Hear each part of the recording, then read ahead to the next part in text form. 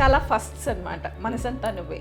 It's first of all his third film, third hit in the రో, hat trick hero అనే ఈ cinema నుంచే వచ్చింది. అండ్ ఈవెన్ వెన్ ఇంటికి వచ్చి చెప్పేటప్పుడు కూడా అలా కళ్ళల్లో నీళ్ళు వచ్చేసేవి ఆ ఇమోషనల్ సీన్స్ చేసిన రోజు when he came. Third hit పడిన తర్వాత చుట్టూ పీపుల్ ఎలా ఉండేవాళ్ళు? చాలా క్రౌడ్. మా బిల్డింగ్లో కింద ఉదయ్ కిందికి దిగుతాడని తెలిసిన టైంలో కిందంతా కాలేజ్ పిల్లలు, కిందంతా కాలేజ్ పిల్లలు నించునేవారు. చాలా అప్పుడు కూడా ఇలాగే ఉండేది. మా తమ్ముడికి ఇలా అయినప్పటి నుంచి హైదరాబాద్కే రాలేదు, బికాజ్ హైదరాబాద్లో ప్రతి గల్లీ గల్లీలో మెమరీస్ ఉన్నాయి, మాకు పుట్టి పెరిగింది ఇక్కడే కాబట్టి. సో అలా ఆ బాధ కానీ తన్ని తలుచుకొని రోజంటూ ఉండదు అనుకోండి. But he never gave up అండి. ఈవెన్ మాటల్లో కూడా హీ నెవర్ గివ్ అప్ అయిన యాటిట్యూడ్ ఉన్నట్టు నాకు మాటల్లో కూడా ఎప్పుడు తెలపలేదు. తను ఎలాంటి వాడంటే తన బాధ ఇంకోళ్ళకి చెప్పడు. Hi hello welcome Telugu. నేను మీ యాంకర్ శరత్. ఇవాళ మనతో పాటు ఉదయ్ కిరణ్ గారి సిస్టర్ ఉన్నారు. Feb 14th మనసంతా నువ్వే రిలీజ్ చేస్తున్నారు అండ్ ఈ సినిమా గురించి అండ్ అంతేకాకుండా ఉదయ్ కిరణ్ గారి గురించి కూడా చాలా విషయాలు తెలుసుకుందాం. మ్యామ్ నమస్తే అండి, very happy to see you. ఎప్పుడు కూడా మాకు ఉదయ్ కిరణ్ గారి వీడియోస్ చూసినా, అవన్నీ చూస్తున్నా, సినిమాలు చూస్తున్నా, డెఫినెట్లీ ఉదయ్ కిరణ్ గారు అనేవారు తెలుగు ఇండస్ట్రీలో ఒక మంచి హీరో, మంచి సినిమాలు చేశారు.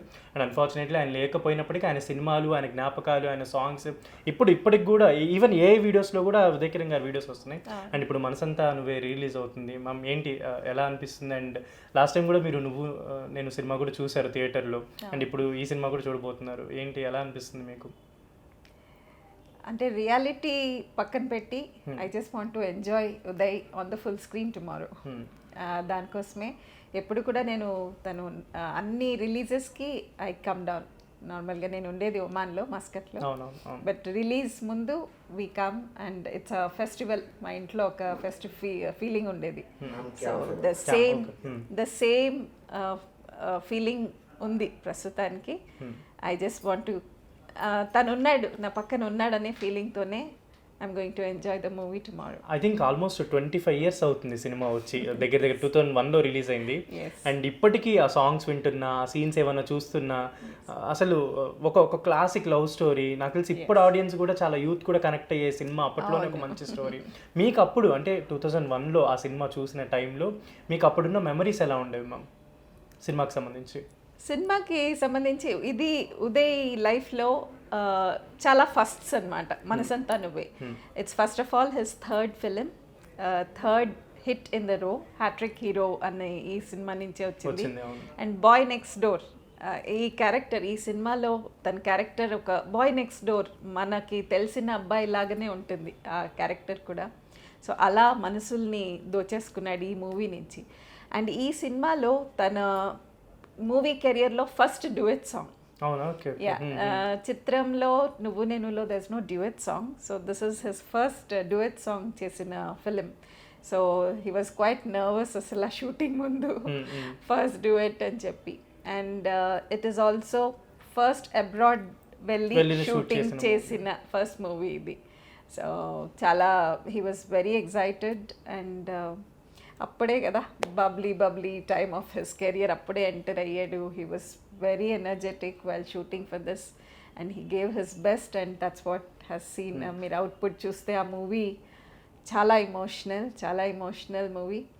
అండ్ అది చేస్తున్నప్పుడు కూడా he use to come home and highly emotional scenes చేస్తున్నప్పుడు వచ్చి he use to share his feelings.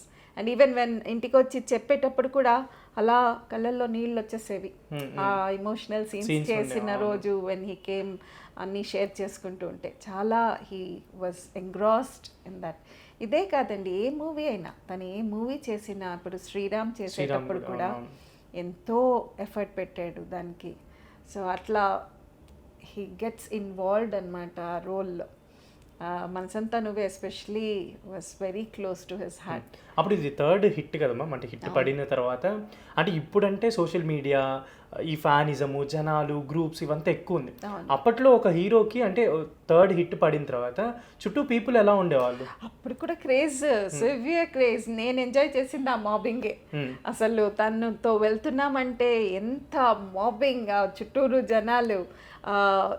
చాలా క్రౌడ్. మా బిల్డింగ్లో కింద ఉదయ్ కిందికి దిగుతాడని తెలిసిన టైంలో కిందంతా కాలేజ్ పిల్లలు, అవునా? ఓకే. కిందంతా కాలేజ్ పిల్లలు నించునేవారు. చాలా అప్పుడు కూడా ఇలాగే ఉండేది.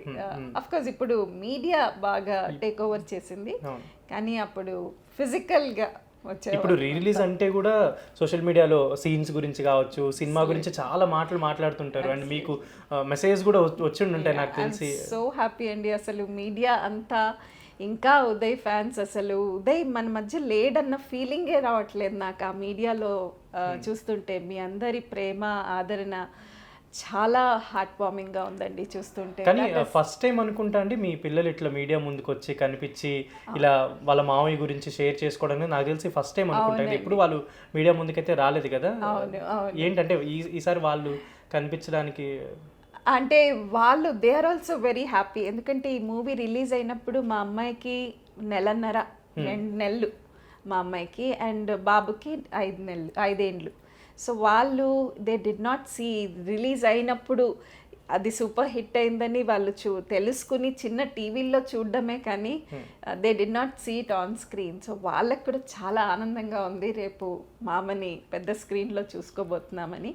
సో వాళ్ళు కూడా ఆ ఆనందంతో దే ఎక్స్పెక్ట్ చేయొచ్చా ఏమన్నా ఉదయ్ కిరణ్ గారు అల్లుడు ఏమన్నా ఇండస్ట్రీకి తొందరలో రాబోతున్నాడు అని? అంటే లైక్ హీజ్ అపీరెన్స్ అవ్వచ్చు, ఇదంతా కూడా సేమ్ ఉంది కదా. మేమేమైతే అనుకోలేదు. బాబు ఇష్టం బాబుది. మేమైతే ఇంట్లో ఏం డిస్కషన్ ఏం రాలేదు. అమ్మాయి అప్పుడు అంటే ఇప్పుడు ఓకే అంటే ఇప్పుడు అంటే స్క్రిప్ట్ సెలెక్షన్ మీద చాలా డెసిషన్స్ ఉండేవి, కానీ అప్పట్లో స్టార్టింగ్ నువ్వు నేను కానీ చిత్రం కానీ మనసంతా నువ్వే కానీ అంటే వరుసగా ఇలాంటి స్క్రిప్ట్స్ తీసుకున్నప్పుడు ఎవరి ఇన్వాల్వ్మెంట్ ఎక్కువ ఉండేది ఉదయ్ కిరణ్ గారి స్క్రిప్ట్స్లో కావచ్చు? ఇంట్లో అందరితో డిస్కస్ చేస్తాడు కూర్చుని. స్టోరీ వినంగానే ఇంటికి వచ్చి అమ్మకి నాన్నకి నాకు కూర్చుని స్టోరీ నెరేట్ చేస్తాడు. మేమంతా డిస్కస్ చేసుకుని నచ్చిందంటేనే ఓకే అంటాడు ఎప్పుడు కూడా. That's what he does.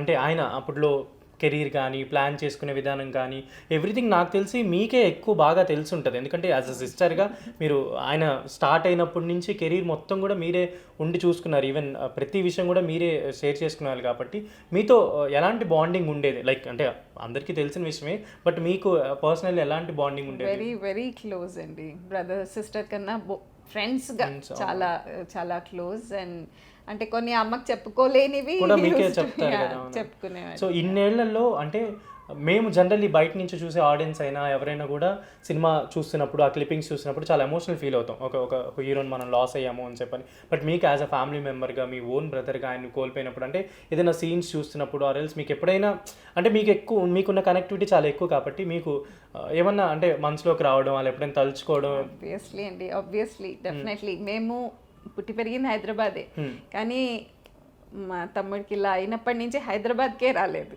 Because హైదరాబాద్లో ప్రతి గల్లీలో మెమరీస్ ఉన్నాయి మాకు, పుట్టి పెరిగింది ఇక్కడే కాబట్టి. సో అలా ఆ బాధ కానీ తన్ని తలుచుకొని రోజంటూ ఉండదు అనుకోండి. ఇంట్లో కూడా ప్రతి మాట కానీ ఏదైనా తనకి ఇష్టం ఉన్నది, తనకి తిండిలో ఇవి ఇష్టము అవి చేసుకున్న రోజు అయ్యో ఇవాళ ఉదయ్ ఇది ఎంత ఆనందంగా తినేవాడు ఉండింటే, అలా అనుకోని రోజు లేదు. పాటలు తనకి ఇష్టం ఉండే పాటలు, కమల్ హాసన్ గారి పాటలు కానీ ఏదైనా వస్తుంటే, ఏదైనా మేము అప్పుడు కూర్చొని డిస్కస్ చేస్తున్న ఏ సీన్ కానీ ఏ చిన్నది వచ్చినా అలా తలుచుకుంటూనే ఉంటుంటాము. అప్పుడు నాకు తెలిసి ఎక్స్పెక్ట్ చేసి ఉంటారా మ్యామ్ 175 days ఆడిందంటే ఈ పిక్చర్ అని? నాకు ఫంక్షన్ చేశారు. అప్పుడు ఎలా ఉండేది అంటే ఇండస్ట్రీలో అవ్వచ్చు ఆ సెలబ్రేషన్ అదంతా కూడా ఒక అంటే అప్కమింగ్ హీరో ఒక 3 films కన్సిక్యూటివ్ హిట్స్ కొట్టినప్పుడు అప్పుడు ఇండస్ట్రీ చూపంతా కూడా ఉదయ్ కిరణ్ గారి మీదే ఉండేది అని ఎలా ఉండేది అప్పుడు ఇండస్ట్రీలో రిసీవింగ్ కావచ్చు ఇదంతా కూడా? చాలా చాలా అప్పుడు అసలు ఇంకా చాలా పెద్ద యాక్టర్ అయిపోయాడు. అప్పుడైతే చాలా వచ్చాయి వెంటనే movies getting lot of offers.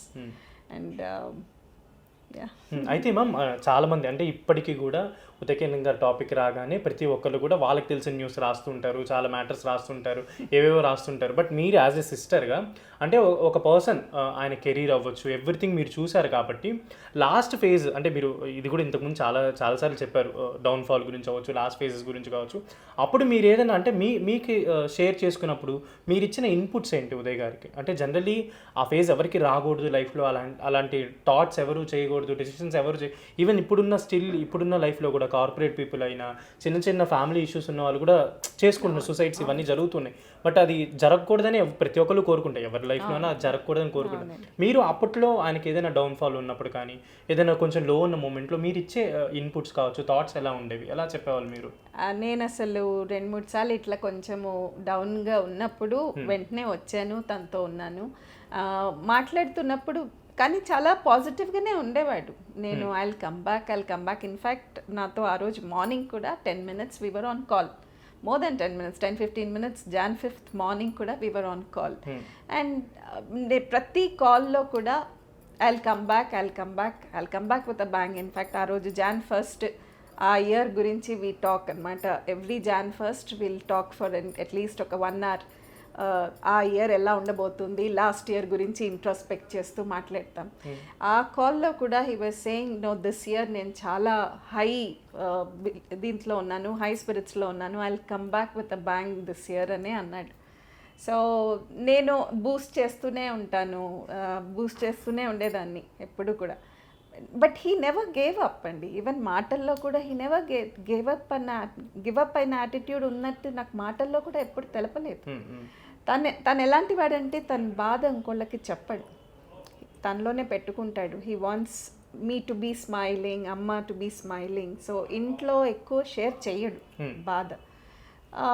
But కానీ తెలిసిపోతుంది కదా తన నవ్వు, బాధగా ఉండి నవ్వుతుంటే కూడా ఆ నవ్వు మేము పట్టగలం.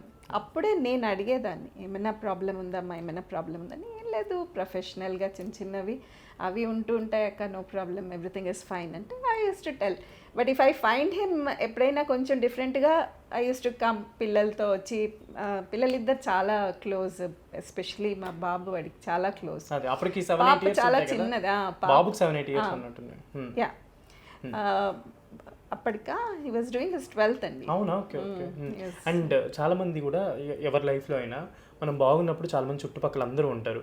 ఏదైనా కొంచెం డౌన్లో ఉన్నా, ఆరెల్స్ లోకి వెళ్ళినా, ఆరెల్స్ మనం కొంచెం డౌన్ఫాల్ ఉన్నప్పుడు కూడా చుట్టుపక్కల చాలా తక్కువ మంది తగ్గిపోతుంటారు. అది జనరల్ ఇప్పుడున్న ఎగ్జాంపుల్ ఆరెల్స్ సినారియో కూడా మనం చూసాం. అంటే ఉదయ్ గారు లాస్ట్ మూమెంట్ టైంలో ఈవెన్ హాస్పిటల్ అప్పుడు కూడా ఫ్యూ పీపుల్ వచ్చారు, అంటే హీరోస్ అవ్వచ్చు, చాలా మంది సెలబ్రిటీస్ కూడా వచ్చారు. ఈవెన్ పెళ్ళికి అయితే నాకు తెలిసి చాలా మంది అటెండ్ అయ్యారు. ఆ లాస్ట్ మూమెంట్ ఆఫ్ టైం తర్వాత ఇంకా మీతో ఎవరైనా ఫ్యామిలీతో కనెక్టివిటీ కానీ ఇప్పటికి ఎవరైనా కొంచెం మాట్లాడడం అలా ఏమన్నా ఉందా? అంటే ఇండస్ట్రీకి సంబంధించి కానీ వేరే హీరోస్ కానీ అలా ఎవరైనా మీకు టచ్లో ఉండడం అలా? లేదండి, ఎవరు లేరు. ఆదిత్య గారు మాట్లాడుతూ ఉంటారు. ఆదిత్య గారు అప్పుడు కూడా మాకు ఒక బ్రదర్లీ ఫీలింగ్, ఆదిత్య గారు. చాలా మంది అదొకటే సినిమా కాదు, అన్ని సినిమాలు రిలీజ్ చేయాలి అని అంటున్నారు.